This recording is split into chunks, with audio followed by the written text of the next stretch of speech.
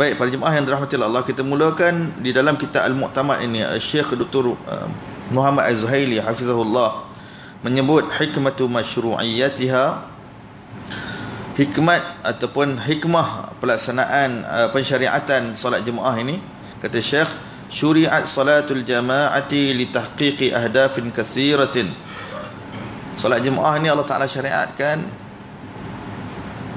kepada kita untuk kita dapat merealisasikan beberapa matlamat dan tujuan. Di antaranya ialah tasbit al-aqidah wal iman bi iqamati salah bi syaklin jama'iyyin. Ialah di antaranya mengukuhkan akidah, keimanan kita bila mana kita laksanakan secara berjamaah, ya. Dilaksanakan secara berjamaah sesuatu perkara itu, khususnya dalam bab solat ini, ia menguatkan keimanan kita kepada Allah Subhanahu Wa Taala. Dan ia adalah merupakan salah satu syiar di dalam Islam. Syiar ni benda yang orang nampak dia. Contoh kita kata macam lambang masjid, kita nampak kubah, tu syiar. Okey. Solat jemaah ni melambangkan Islam yang mulia ni, merupakan salah satu syiar yang khusus Allah Ta'ala beri kepada umat Islam. Orang Islam Ahlussunnah wal Jamaah, mereka melaksanakan solat jemaah dan dilihat sebagai satu lambang kepada agama Allah yang mulia ini, ya. Wa tahdufu ila imaril masajid bil ibadah, dan dengan solat jemaah ini rumah-rumah Allah akan diimarahkan, dimakmurkan dia. Dimakmurkan dengan ibadah yang dilaksanakan di dalamnya. Wa hiya wasilatun amaliyatun iqamatil mujtama' al-fadil, dan ia adalah merupakan antara lain sebagai wasilah ataupun perantaraan yang praktikal untuk membangunkan sesuatu masyarakat itu. Lianna al-insan ijtima'iyyun bi taba'ihi, kerana kata Syekh, manusia ini dari sudut tabiatnya ia hidup secara bermasyarakat, ya. Jadi masjid ini adalah merupakan tempat untuk menghidupkan kemasyarakatan dengan jalan mendirikan solat jamaah. Di antara faedahnya juga, bila mana wujudnya solat jamaah, hikmah pensyariatannya, ia tusiqu ural mahabbah, ia akan mengukuhkan ikatan kasih sayang, wat ta'awun, saling bekerjasama, wat ta'akhi bainal muslimin, dan sifat persaudaraan, ya. Kasih sayang, kerjasama, persaudaraan sesama umat Islam. Dia beza dengan orang selalu jumpa dekat surau, dekat masjid, dengan orang jarang-jarang jumpa mana-mana komuniti pun, ya. Bila kita konsisten, kita suka dengan solat jemaah ini, kita akan merasakan kenikmatan, kebahagiaan dari sudut kita bersama dengan orang lain. Kita tahu ada sahabat kita, saudara kita, kawan-kawan, jiran-jiran, kita kenal dia, kita jadi rapat. Kemudian dia akan membawa kepada kerjasama. Ini pun kita tahu, bila mana kita dah kenal, senang, mudah untuk kita berurusan.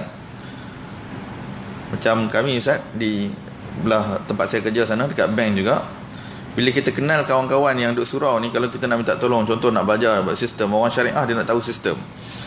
Baru tadi kami meeting, jumpa abang-abang yang jenah jadi AJK surau, yang biasa datang ke masjid surau, kakak-kakak yang selalu ulang-alik surau. Jadi dia kata, tak apa Ustaz, kalau nak belajar apa-apa dia datang je. Dia protokol dia kurang, mudah untuk belajar. Kalau di tempat kita di taman perumahan, di kawasan kampung, di mana pun, bila kita jumpa ni, kita kenal kawan kita yang ni pakar bahagian ni, yang ni reti nak baiki aircon, yang ni, jadi mudah sikit, ya. Tapi bukan kerana nak mengambil kesempatan, tidak. Tapi itulah dikatakan datangnya rasa nak bantu-membantu di atas sifat dah kenal. Kalau tak pernah jumpa, macam mana nak kenal? Baik, ini antara Syekh sebut ni mudah faham lah, dia sebagai bagi satu kesedaran bagi kita. Wa tusahimu fi tahqiq at-takaful al-ijtima'i bit-ta'arufi wa tafaqqud ahwal al-muslimin li ba'dihim al-ba' fi al-masajid 5 marrat. Ia juga menyumbang kepada mengukuhkan, dia panggil dalam masalah takaful ijtima'i, saling bantu-membantu, saling mengambil berat, ya. Biasa kita dengar perkataan takaful kat Malaysia kan. Takaful tu maksud apa? Saling tolong menolong, saling bantu-membantu. Ya, orang ni tabarruk dengan istilah bagi duit.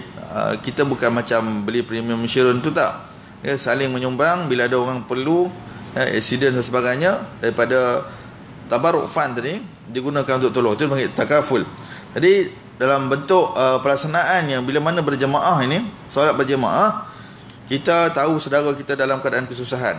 Sekarang ni antara fenomena yang baik saya tengok dekat masjid dan surau, dia buat apa, gobok rezeki. Dia letak dekat surau dia sediakan satu almari, letaklah tu berasnya, milonya, gulanya, ya.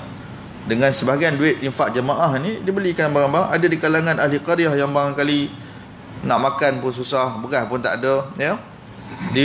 Waktu tak ada orang, dia pergi ambil untuk keperluan dia. Subhanallah, ya, tuan-tuan, di situ juga membantu. Ada juga saya tengok sebahagian surau yang memang dibuat selain daripada tabung untuk kutipan pengurusan surau dan masjid dia tadi, satu tabung ni memang tabung kebajikan jemaah, ya. Maksudnya duit tadi memang khas untuk jemaah yang ada musibah, dia panggil tabung musibah, ya. Dia tidak digunakan untuk pengurusan surau. Jadi mana-mana di kalangan ahli jemaah yang ada musibah, ahli jawatankuasa ni masya-Allah, dia akan ambil daripada duit tersebut tanpa mengambil, tak kacau pun duit pengurusan surau. Duit ini, pool duit ini dia pergi tolong ada seorang ahli qaryah yang di hujung taman sana dalam keadaan masalah, ada penyakit ke sebagainya, kematian keluarga, masya-Allah. Pergi ahli jawatankuasa pergi bawa sumbangan, dan yang itu lebih baik lagi kepada jemaah yang tak pernah datang surau. Dia jadi hati dia tersentuh. Daripada dia tak datang surau, dia tengok ahli jawatankuasa ambil berat tentang dia, ahli qaryah ambil berat tentang dia, dia pun mula datang. Dengan cara itu mempertautkan kasih sayang, ya. Ni dia panggil dalam bahasa Arab, dia panggil at-takaful ijtima'i. Bertaaruf dengan cara kita bila kita kenal, saling kenal mengenal, dan bila kita kenal mengenal ni dia sampai satu peringkat dia panggil tafakkud. Bahasa Arab ni tafakkud ini, dia akan tercari-cari kalau kawan tu tak ada. Selalu jemaah sama tiba-tiba tak ada.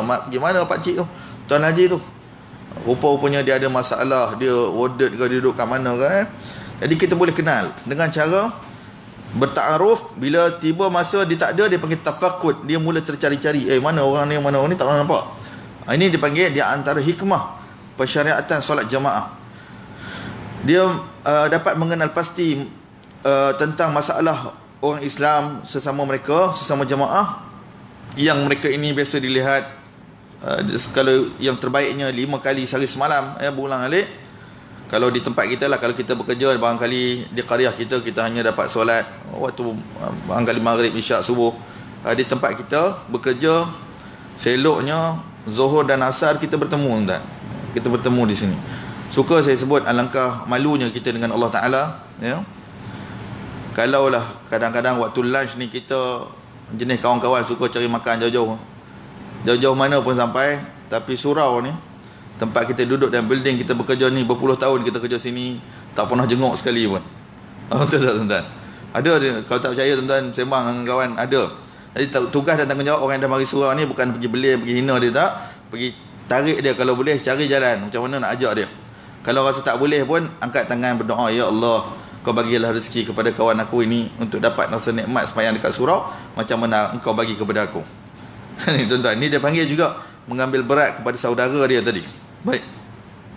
Kemudian tuan-tuan, antara lain kata Syekh, di antara hikmah pensyariatan dia, wa tuqimul musawah al-fi'liyah bainal musallin.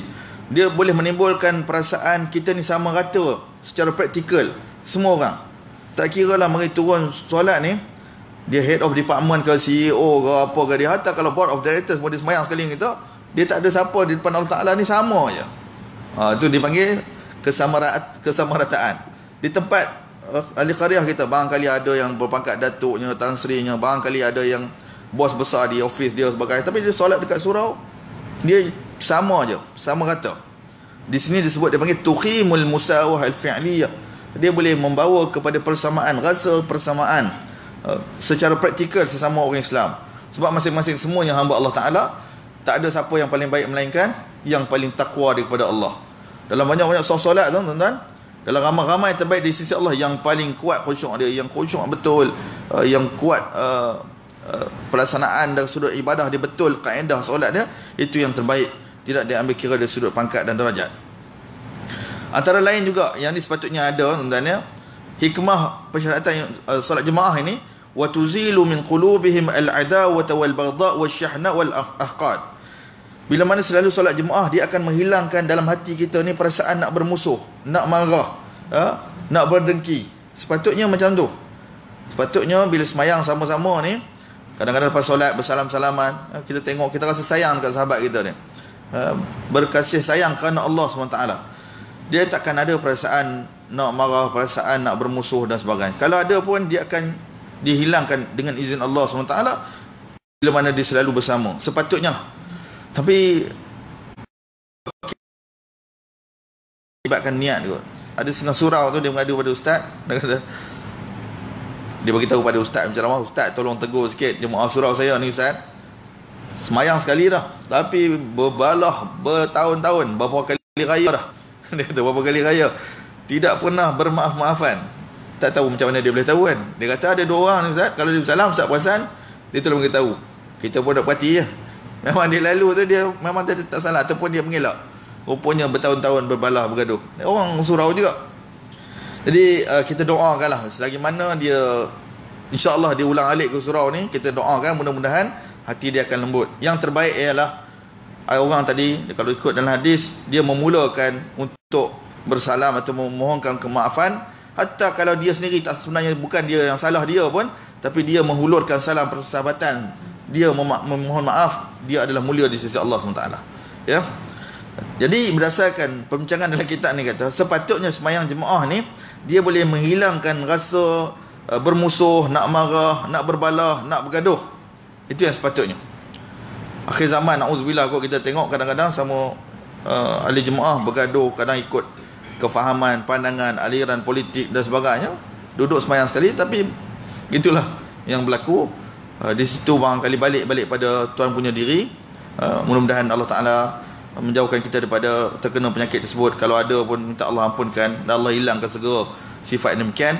Dan kita mengharapkan yang paling penting, bila mana istiqamah dengan solat jemaah ini, dia akan membawa kita saling berkasih sayang dan mudah memaafkan.